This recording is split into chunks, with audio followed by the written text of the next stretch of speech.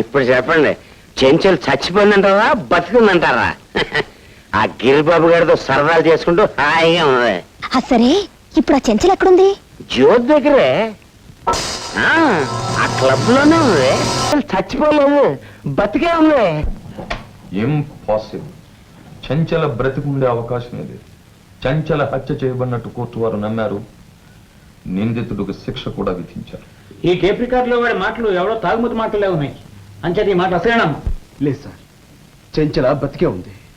నా ప్రాణాలకు తెగించినా సరే ఆవిడ మీ ముందు హాజరుపరుస్తాను. మా బావని నిర్దోషం నిరూపించుకుంటాను.